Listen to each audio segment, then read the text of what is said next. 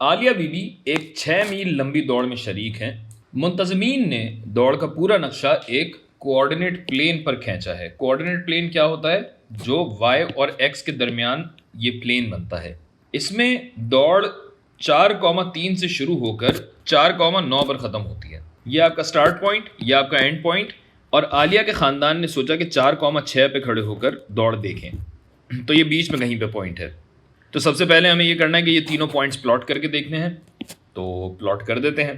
शुरू कहाँ से हुए? 4,3 से, यानी 4 यूनिट एक्स एक्सिस पे, 3 यूनिट वाई एक्सिस पे। ये रहा आपका 4,3, 4,3। इसको मैं एस कह देता हूँ क्योंकि ये स्टार्टिंग पॉइंट है। दौड़ ख़त्म कहाँ हुई?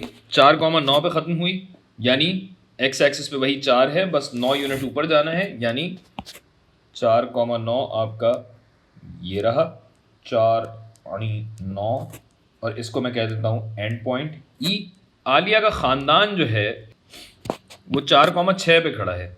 एक्स एक्सिस में वही 4 यूनिट है और 6, यानी यहाँ पे ये आलिया की फैमिली है, तो फैमिली के लिए एफ यहाँ लगा देता है। ई को भी थोड़ा सा लाइन में ले आते हैं। ये रहा, ये लीजिए। तो पहला पार्ट तो यूँ मुकम्मल हो गया, बहुत आसान था। दूसरे पार्ट पे आते हैं, शायद थोड़ा सा मुश्किल हो। अपने ख़ानदान तक पहुँचने पर, ख़ानदान तक पहुँचते हुए 3 पे लगा दिए, वैसे अभी ठीक कर देते हैं, इशू नहीं है कोई। 2 पे थे, 1 पे हटा दिया। ये लीजिए, अपने ख़ानदान तक पहुँचने पर, यानी इस पॉइंट तक पहुँचने पर स्टार्ट किया और इस पॉइंट तक पहुँचने पर आलिया दौड़ का कितना हिस्सा पूरा कर चुकी होगी? आधे से कम, आधा या आधे से ज़्यादा?